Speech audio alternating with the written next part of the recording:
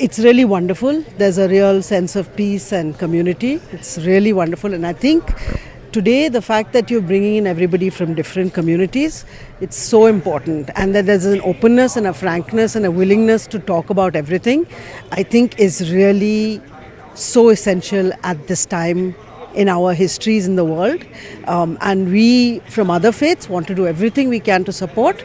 We need to know what we can do, which is not clear, and this is very important that these meetings are happening. And also what I think for Muslims also, we know that they are also trying to make sure that we all live together.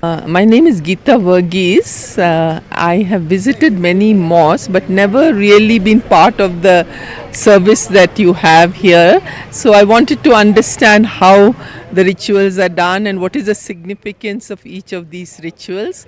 And it was nice to understand it in a systemic way from the practitioners of the religion. So there was a question on what jihad meant, how the Prophet had interpreted it in his times, you know, how people are supposed to behave towards those whom they have seen as enemies. So these were some of the aspects that were covered, and there are some universal principles which are there in all religions, which Islam also has propagated the same things.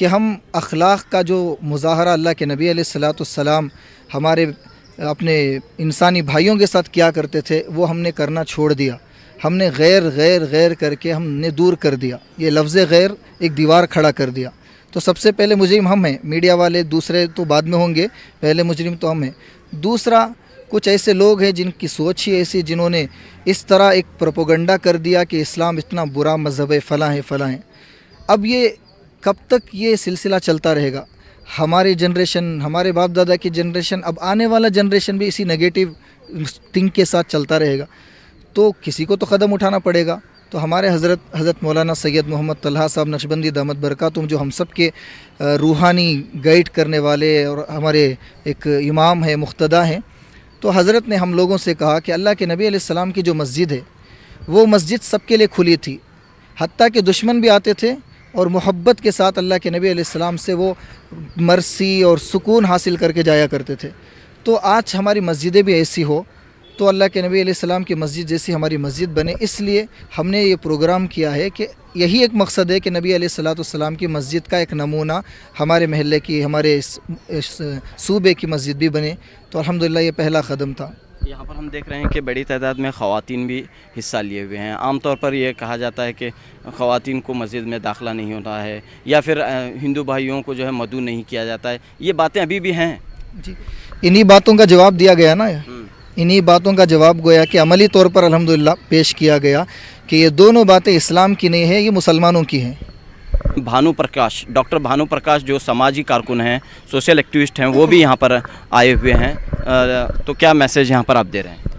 تو ابھی جو بھید بھاؤ ہو رہا ہے, یہ مسلم اور ہندو, یہ سب چھوڑ کے ہم ایک مطلب ایک بھارت میں اکٹھا رہنا چاہیے اور مل جل کے رہیں گے لیو اینڈ لیٹ لیو پرنسپل پہ. تو ہمارے یہاں کے پریاورن جہاں سے ہمیں کھانا پانی اور سانس ملتی ہے اس کو بچا کے رکھنا ہے. تو ایسا ایک ماحول بنانا ہے کہ ایک شانتی اور سوہاردتا کا ماحول بنانا ہے. تو یہاں پر آپ دیکھ رہے ہیں کہ ایک لیو اور لیٹ لیو, جیو اور جینے دو کے بنیاد پر سبھی کو اکٹھا کرنے کی ضرورت ہے, اتحاد کو مضبوط کرنے کی ضرورت ہے, ہندو مسلم اتحاد کو قائم اور دائم رکھنے کی ضرورت ہے. اسی ضرورت کو محسوس کرتے ہوئے بنگلورو کی مسجد مودی مسجد نے یہ خاص پروگرام انعقاد کیا ہے. تم پیار کی سوغات لیے گھر سے تو نکلو, تم پیار کی سوغات لیے گھر سے تو نکلو, رستے میں تمہیں کوئی بھی دشمن نہ ملے گا. کیمرہ مین پون کے ساتھ رؤف احمد, نیوز 18 اردو, بنگلورو.